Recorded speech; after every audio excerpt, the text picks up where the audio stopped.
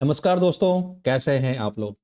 हम लोग Apache iceberg के बारे में समझ रहे हैं। अपाचे आइसबर्ग को समझने के लिए हम लोग उसके जो पिछले हिस्टोरिकल डेटा है, that includes data warehouse, data lake house, इन सबको हम लोग समझ रहे हैं इन मल्टी पार्ट सीरीज। इसी कड़ी में आज हम लोग समझेंगे हाइव के बारे में। हाइव एक ऐसा फ्रेमवर्क है जिसने अपाचे हार्डूप को यूज करना, उसको इम्प्लीमेंट करना काफी आसान बना दिया था। ये फ्रेमवर्क फेसबुक ने डेवलप किया था और उन्होंने फिर इसको ओपन सोर्स में कंट्रीब्यूट कर दिया था। आज हम लोग इसी हाइव के बारे में समझेंगे, इसके क्या बेनिफिट थे और साथ में हाइव के साथ ऐसे क्या लिमिटेशंस थे जो कि अपाचे आइसबर्ग में लाए गए, इंट्रोड्यूस किए गए और उससे जो है इंक्रीमेंटल डेटा लेक का इम्प्लीमेंटेशन और भी आसान हो गया। तो आइए दोस्तों समझते हैं हाइव के बारे में। तो जो अपाचे हाडूप की हम लोग जो बात करते हैं, तो हाडूप में दो पार्ट था। एक उसका स्टोरेज पार्ट था और दूसरा उसका कंप्यूट पार्ट था। जो स्टोरेज पार्ट था that was a SDFS, Hadoop distributed file system. और इसमें हाडूप क्या करता था कि वो डेटा को डिस्ट्रीब्यूट करता था अलग अलग डायरेक्टरी में, अलग अलग पार्टीशंस में। और ये पार्टीशंस जो है ये आप अलग अलग कमोडिटी सर्वर्स में भी रन कर सकते थे और उसको पूरा हार्डूप मैनेज करता था। And that was the reason कि जो आपका ओएस का जो एक फाइल सिस्टम था उसके ऊपर हार्डूप अपना भी फाइल सिस्टम का लेयर एक रखा था और उस लेयर की ही हेल्प से वो मैनेज करता था कि कौन सा पार्टीशन, कौन सा डेटा किस वाले कमोडिटी सर्वर में एग्जिस्ट करता है। इस कॉन्सेप्ट को ही हाइव ने एक्सटेंड किया क्योंकि हार्डूप का जो लिमिटेशन था या जो प्रॉब्लम हो रहे थे डेवलपर्स को, वो ये हो रहे थे कि उनको जावा कोड लिखना होता था, लो लेवल जावा कोड लिखना होता था। जैसे आप सी प्लस प्लस का पॉइंटर देखेंगे, सी का पॉइंटर का प्रोग्रामिंग देखेंगे, तो बहुत कम डेवलपर्स होते हैं जिनको कि पॉइंटर्स में प्रोग्रामिंग लिखने आता है, they are comfortable with writing it. And that was the reason कि over a period of time scripting language, more abstract language आने लगे। और आज के डेट में आप देखो तो पाइथन आ गया। नहीं तो जावा में भी आपको ऑब्जेक्ट क्रिएट करना होता था, डिस्ट्रॉय करना होता था, सारा कुछ करना होता था। अब पाइथन में ये सब कुछ नहीं करना होता। It's a simple scripting language. तो जितना आप लैंग्वेज में, प्रोग्रामिंग लैंग्वेज में एब्स्ट्रैक्शन लाते हैं उतना उसको यूज करना ईजी होते जाता है। हार्डूप में क्या था कि आपको जावा में ही सारे हार्डूप के जॉब्स लिखने होते थे और वो भी लो लेवल प्रोग्रामिंग करने होते थे और वो एक डिफिकल्ट टास्क हो गया था डेवलपर कम्युनिटी के लिए, क्योंकि जनरली लोग जो है वो डेटाबेस यूज करते थे, एसक्यूएल क्वेरीज वगैरह में they are very much comfortable doing that. And that was the reason कि फेसबुक जो है उसने हाइव को बनाया, they built this Hive framework और बाद में उन्होंने उसको फिर कंट्रीब्यूट कर दिया ओपन सोर्स को। हाइव ने क्या किया, हाइव जो है यहाँ पे जो आपका हार्डूप का, ये आपका हार्डूप का जॉब हो गया। ये जो पूरा लेयर देख रहे हैं ये आपका एसडीएफएस हो गया और ये हार्डूप जॉब के ऊपर ही हाइव आ गया। यहाँ पर आपका हाइव आ गया। हाइव ने आपको एसक्यूएल इंटरफेस दिया कि आप एसक्यूएल क्वेरी लिखो और वो एसक्यूएल क्वेरी जब एग्जीक्यूट होगा तो वो ट्रांसफॉर्म हो जाएगा हार्डूप जॉब में और फिर वो जाकर अलग अलग पार्टीशंस में जाकर वो एग्जीक्यूट होगा। हाइव ने इसके लिए दो मेन कंपोनेंट बनाए थे। जो पहला कंपोनेंट है वो यहां पर आप देखो, hive table format, and the second component is the hive Meta store. जो हाइव टेबल फॉर्मेट है वो आपको एसक्यूएल इंटरफेस देता है। नाउ एसक्यूएल इंटरफेस अगर आपको देना है, इसका मतलब क्या है? इसका मतलब कि आप एसक्यूएल क्वेरी लिख सकते। इसका मतलब है कि आपको एक टेबल के फॉर्म में डेटा अवेलेबल है। टेबल के फॉर्म का मतलब कि आपको एक स्कीमा अवेलेबल है, आपको एक डेटाबेस का टेबल का स्कीमा अवेलेबल है। हाइव टेबल फॉर्मेट क्या था? वो एक टेबल का स्कीमा, एक स्कीमा आपको बनाकर देता है। स्कीमा क्या है? बहुत सिंपल सा चीज है। ये एक ऐसा डेफिनेशन है जिसमें आप टेबल का नाम बताते हो, किस डेटाबेस को बिलोंग करता है वो बताते हो, उसके क्या क्या कॉलम्स हैं, कॉलम के क्या टाइप्स हैं, उसके क्या साइज है और साथ में आप क्या पार्टिशनिंग हुआ है, किस फील्ड पे पार्टिशनिंग हुआ है, वो सारा डिटेल आप देते हो। तो हाइव टेबल फॉर्मेट ये सारे का वो मैनेज करता है। अब टेबल का तो डेफिनेशन आपने बना लिया, क्योंकि टेबल यहाँ पर लॉजिकल है, फिजिकल नहीं है। वो एक रैपर है जो कि आपको हेल्प करता है एसक्यूएल क्वेरी को लिखने के लिए। आपको एक रिलेशनल फॉर्म में आपको डेटा को देता है, लेकिन फिजिकली जो है डेटा तो फाइल सिस्टम में स्टोर्ड है। अगर आप ये पिक्चर देखें तो डेटा तो यहाँ स्टोर्ड है, ये डेटा फाइल्स में स्टोर्ड है, और ये भी मल्टीपल डेटा फाइल्स। हाइव को दूसरा कंपोनेंट का जरूरत पड़ा, that is the hive Meta store. Hive Meta store क्या करता है कि जो आपने टेबल डिफाइन किया, जो स्कीमा आपने बनाया, उसको लेकर वो मैपिंग मेंटेन करता था कि वो टेबल का डेटा कहाँ कहाँ पर है, किस किस पार्टीशन में है, किस किस फोल्डर में है, किस किस डायरेक्टरी में है, वो मेंटेन करता था। क्योंकि आप जब डेटा लेक में जब डेटा लाकर स्टोर कर रहे हो, तो आप एक एग्जांपल लो एसएपी का या कोई भी एआरपी का लो, तो आप उसमें से मान लो एवरी 1 आवर आप डेटा फेच कर रहे हो और डेटा लेक में लाकर स्टोर कर रहे हो। डेटा लेक में कैसे स्टोर कर रहे हो?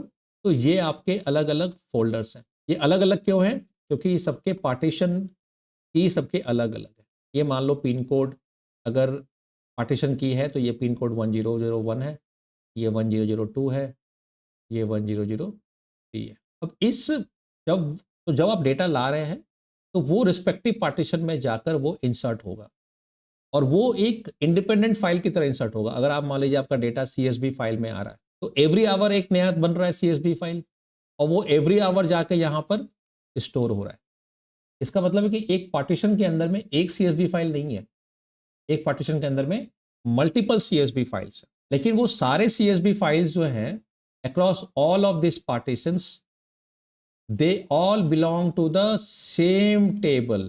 जो हाइव टेबल फॉर्मेट में जो आपने स्कीमा डिफाइन किया है टेबल का, ये सारे उसी को मैप्ड है, उसी को बिलोंग करते हैं। तो ये मेटा स्टोर का फंक्शन है। दैट इज द रीजन कि hive Meta store is one of the most important component, क्योंकि जितने भी चेंजेस होंगे, जितने भी एडिशंस हो रहे हैं फाइल्स के, तो टेबल के साथ, स्कीमा के साथ उसका जो पूरा मैपिंग है वो मेंटेन हाइव मेटा स्टोर ही करता है, और इसलिए ये बहुत इंपॉर्टेंट है ये जो कंपोनेंट है। अब इसमें सब में एक ना ड्रॉबैक है, ये हाइव का ड्रॉबैक है, वो यहाँ पर लिखा भी हुआ है, एज अ फीचर लिखा हुआ है, आप पढ़ो यहाँ पर। The Hive table format took the approach of defining a table as any और all files within a specified directory और प्रीफिक्सेस फॉर ऑब्जेक्ट स्टोरेज। इसका मतलब है कि जो टेबल है, ये टेबल सीधा डायरेक्टरी को मैप करता है, ये टेबल सीधा डायरेक्टरी को मैप करता है। तो हाइव जो है,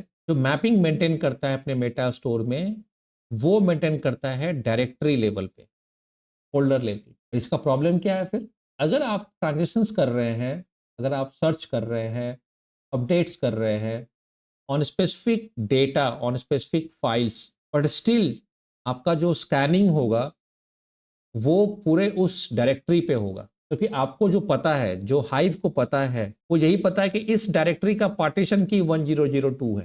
बट आपको तो एक उसमें मान लीजिए अगर 10,000 फाइल्स हैं और आपको एक रिकॉर्ड को चेंज करना है, बट आपको स्कैन तो पूरा करना पड़ेगा 10,000। जो जो पहले मिल जाए तो ठीक है, अगर पहले मिल गया तो ठीक है, बट अदरवाइज जो है, अगर हम वर्स्ट केस सिनेरियो लेंगे तो आपको पूरा 10,000 फाइल्स को स्कैन करना पड़ेगा, क्योंकि ये जो मैपिंग मेंटेन करता है, ये मेंटेन करता है डायरेक्टरी लेवल पे, और ये इसका सबसे बड़ा ड्रॉबैक। तो हाइव जो है बेसिकली अगर आप समझो इन अ नटसेल, तो उसने जो फाइल स्टोरेज है, जो ऑब्जेक्ट स्टोरेज है, उसके ऊपर आपको उसने एक एब्स्ट्रैक्शन दे दिया एसक्यूएल का, कि आप एसक्यूएल को यूज कर सकते हो, और उसने अपना इंश्योर किया कि जो मैपिंग है वो अपना खुद से मेंटेन करेगा।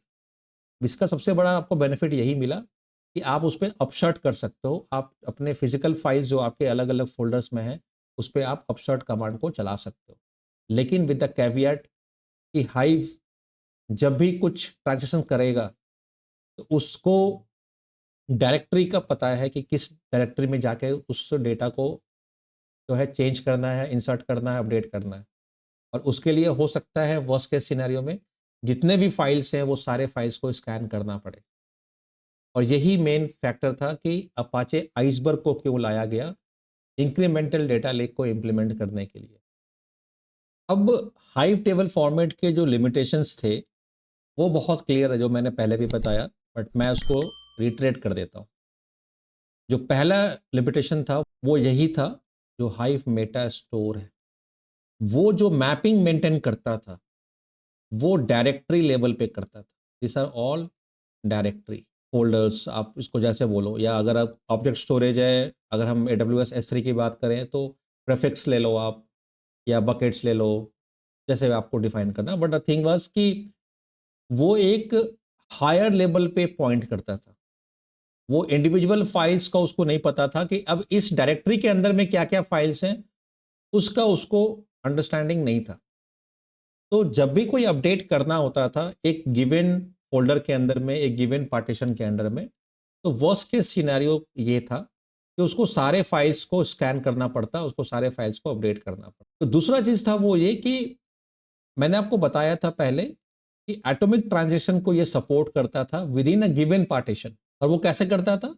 मान लीजिए इस पार्टीशन में एग्जिस्टिंग फाइल है, तो उसका एक ये कॉपी बनाता था। इस कॉपी में वो उसको जो भी अपसर्ट करना होता था वो अपसर्ट करता था, चेंजेस करता था, और फिर जो मेटा स्टोर है वो इस नए कॉपी को पॉइंट करने लगता था। लेकिन जो लिमिटेशन है वो यहां पर है कि ये तो काम करेगा बहुत बढ़िया with in the given partition, but जहां पर मल्टीपल पार्टीशंस आ गया, इसका मतलब कि आप जो अपसर्ट कर रहे हो उसमें जो आपने डेटा डाला है, जो वेयर क्लॉज डाला है या जो भी आपने लॉजिक डाला है, उस लॉजिक के हिसाब से data is scattered across multiple partitions. तो उस केस में एसिड ट्रांजैक्शन, इसका मतलब कि आइदर ऑल और नॉन, वो मेंटेन करना बहुत मुश्किल था। वो एक चैलेंज था हाइव के साथ। जो थर्ड चैलेंज था वो कि जब भी ये क्वेरी एग्जीक्यूट करता था तो इसको तो पता होता था डायरेक्टरी लेवल पे, it maintains all the mapping at the directory level. Directory का मतलब कि अ गिवन पार्टीशन। अगर वो पार्टीशन बहुत बड़ा हो गया, इसका मतलब कि उसके अंदर में डेटा बहुत ज्यादा आ गए, तो उससे परफॉर्मेंस जो है वो डिग्रेडेशन जो है वो चांसेस बढ़ गए। और इन सब का रीजन एक ही था, वो ये कि इसको जो नॉलेज था वो डायरेक्टरी लेवल पे ही था। अगर आप क्वेरी को एग्जीक्यूट कर रहे हो तो वो पूरे डायरेक्टरी पे जाकर उसको एग्जीक्यूट करेगा, जितने भी फाइल्स हैं उस डायरेक्टरी में, क्योंकि उसको नहीं पता है कि किस किस फाइल्स में क्या क्या डेटा कैसे कैसे जो है मैनेज किया हुआ है, रखा हुआ है। That led to degradation in the performance of the query. अब हम लोग नेक्स्ट सेशन में देखेंगे कि अपाचे आइसबर्ग ने ये जो लिमिटेशंस थे हाइव के, उसको कैसे रिजॉल्व किया। और ये इस वाले सीरीज का लास्ट वीडियो भी होगा। दोस्तों आज के लिए ये जो वीडियो है ये मैं यहीं पर समाप्त कर रहा हूँ। आगे नेक्स्ट आने वाले वीडियो में मैं बात करूंगा अपाचे आइसबर्ग का, और किस तरह से अपाचे आइसबर्ग ने हाइव के जो लिमिटेशंस थे उसको रिजॉल्व किए, और इंक्रीमेंटल लेक हाउस की जो हम लोग बात करते हैं उसको इम्प्लीमेंट करने में हेल्प किया। तब तक के लिए नमस्कार।